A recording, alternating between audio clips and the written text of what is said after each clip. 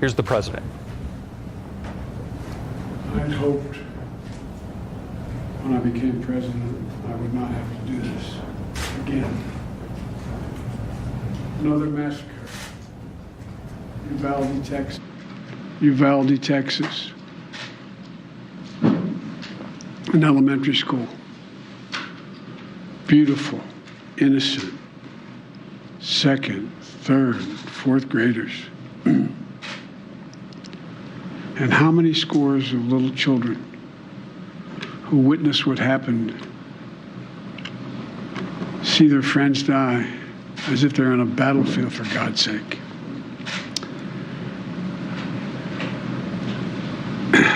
They'll live with the rest of their lives. There's a lot we don't know yet. There's a lot we do know.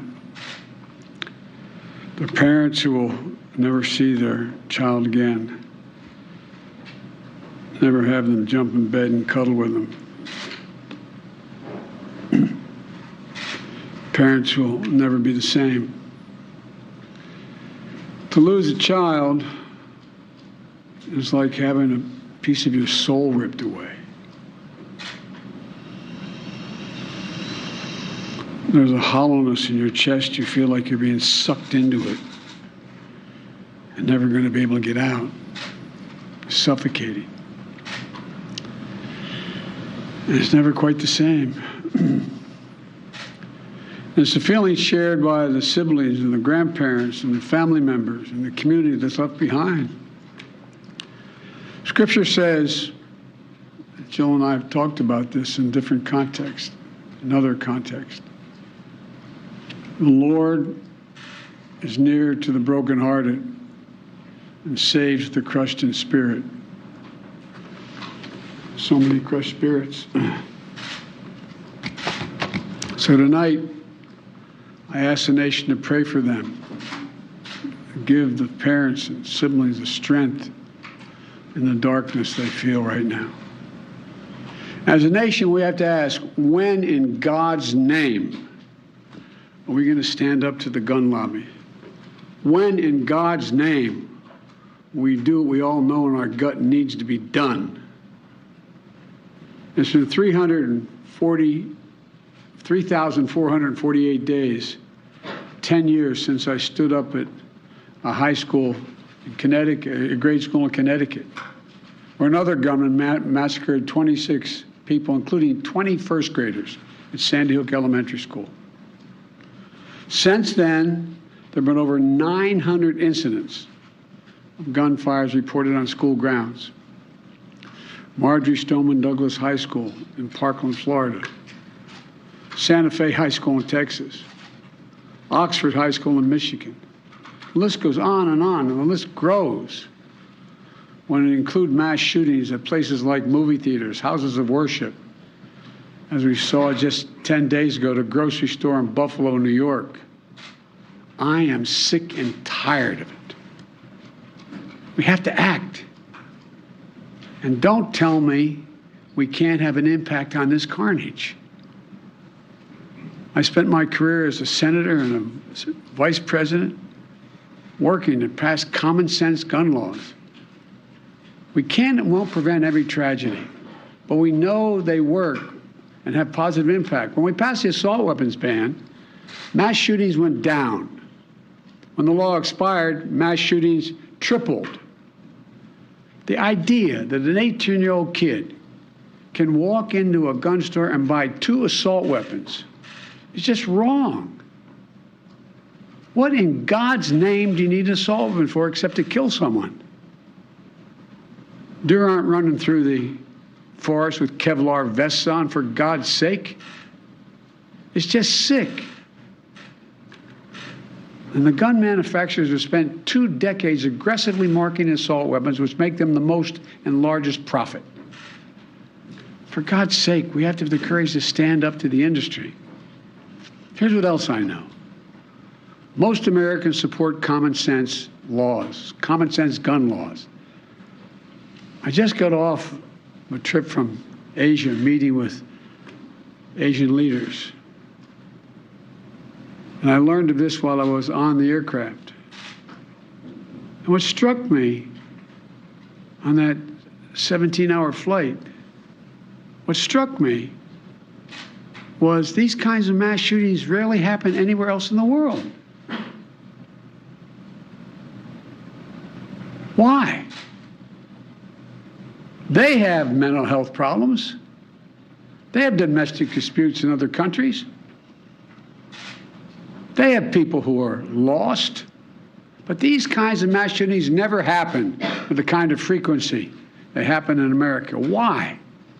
Why are we willing to live with this carnage? Why do we keep letting this happen? Where in God's name is our backbone to have the courage to deal with it and stand up to the lobbies? It's time to turn this pain into action for every parent, for every citizen in this country. We have to make it clear to every elected official in this country, it's time to act. It's time for those who obstruct or delay or block the common sense gun laws. We need to let you know that we will not forget. We can do so much more. We have to do more. Our prayer tonight is for those parents lying in bed and trying to figure out, will I be able to sleep again? What do I say to my other children? What happens tomorrow?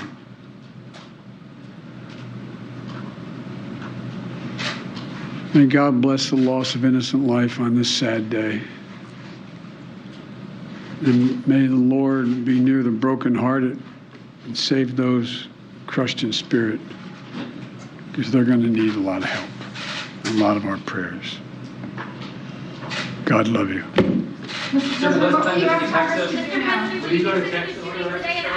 President Biden in the Roosevelt Room. That's President Joe Biden speaking from the White House after just returning from his overseas trip, talking about what happened in Uvalde today, saying he's sick and tired of it. We have to act. Also talking about his own personal experience, saying, quote, losing a child is like having a piece of your soul ripped away, end quote. Something he knows. He lost his son and wife. And really, to sum up, outside of him addressing the emotion that he knows, albeit in a different way, the emotion that he knows of losing a child, he said this, and I quote here, "When in God's name will we step up to the gun lobby?"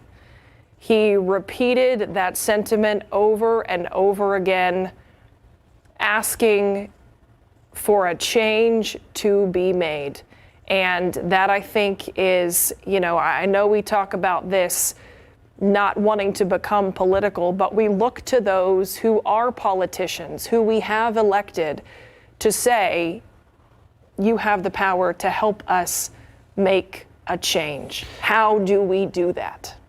It is also worth mentioning, since the president brought up the gun lobby, the NRA is holding its convention later this week in Houston. Governor Greg Abbott, Ted Cruz, John Cornyn going to be there as of this writing.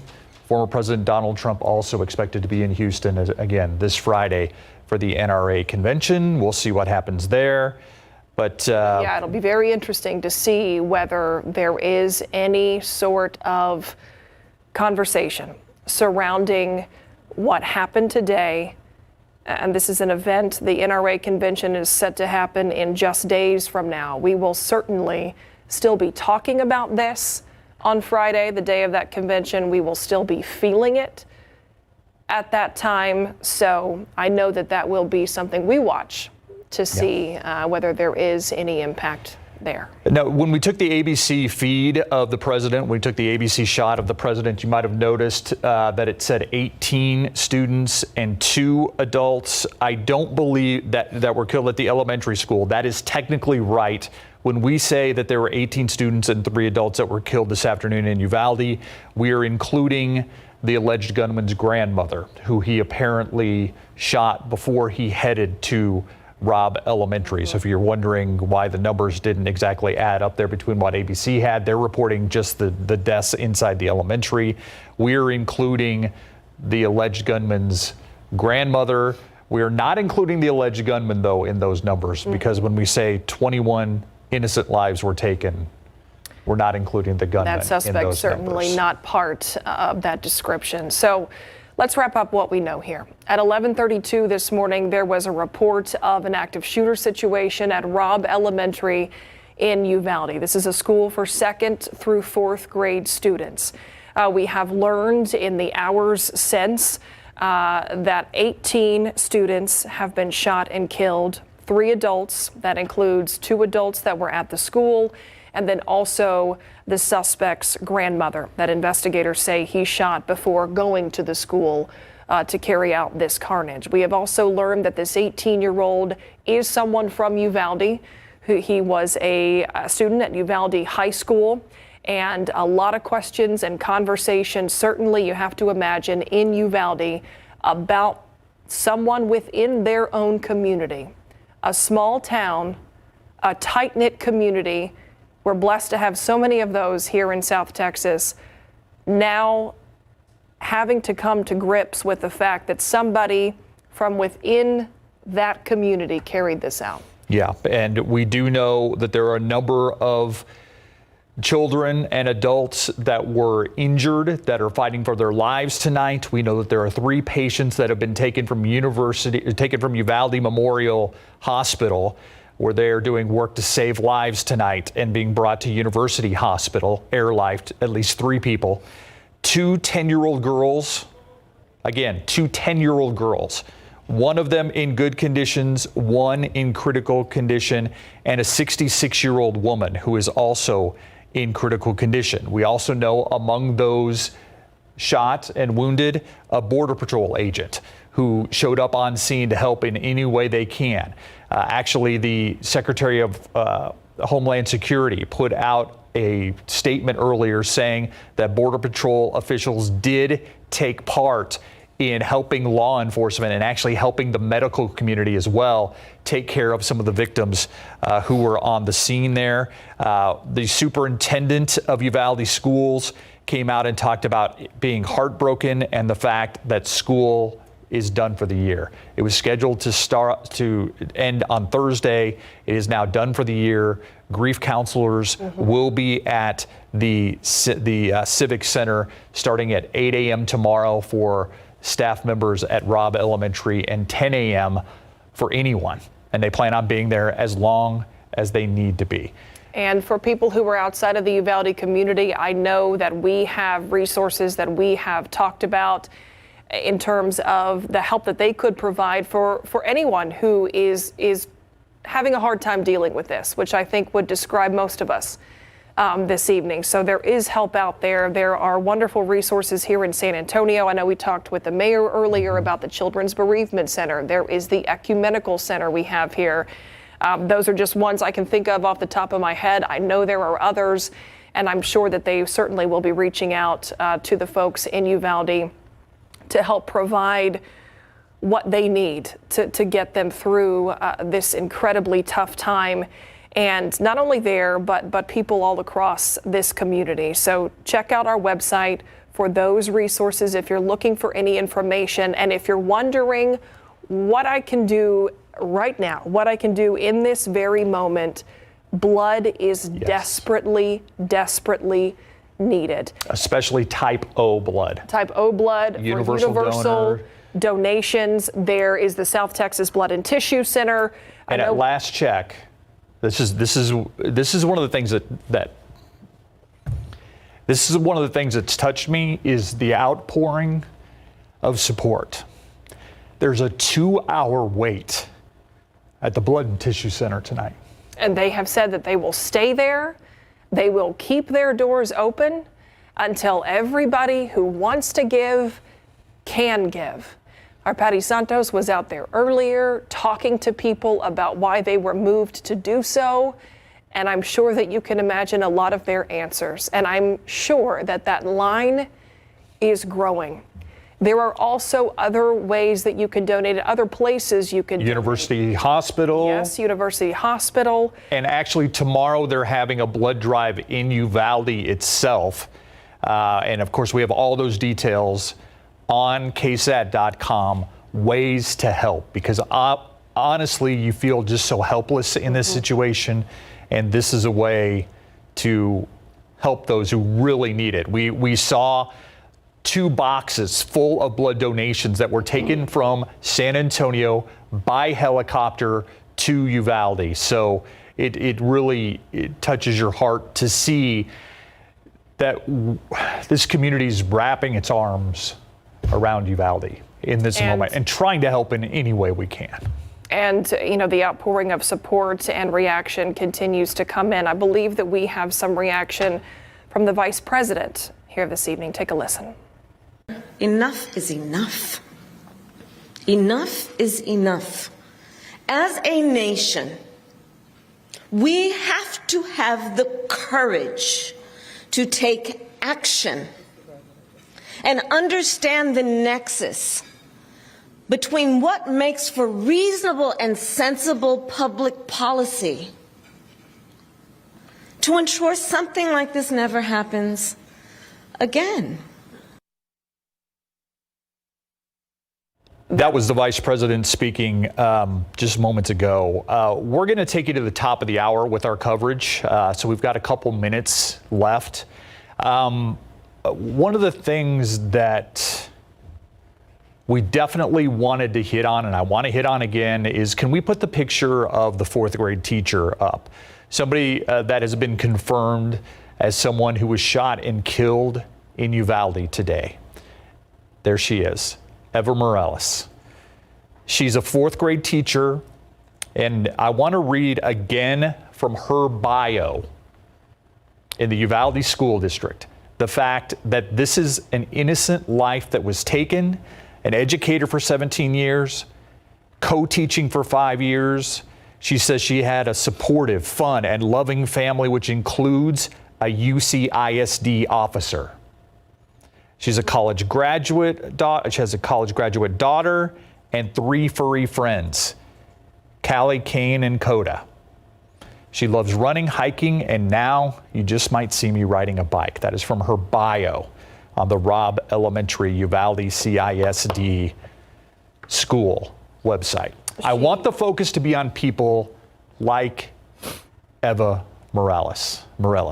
I want the focus to be on her, not on this 18-year-old, not on the guns he used or how he did what he did, but the lives that he took today in Uvalde. The humans who are no longer with us because of this evil act. And as we continue to remind you of the numbers of the death toll of 18 students and 3 adults, including two adults at the school, as well as the gunman's grandmother, remember that there are faces like hers behind every single one of those numbers. And more faces that we have not seen yet and will in the coming days.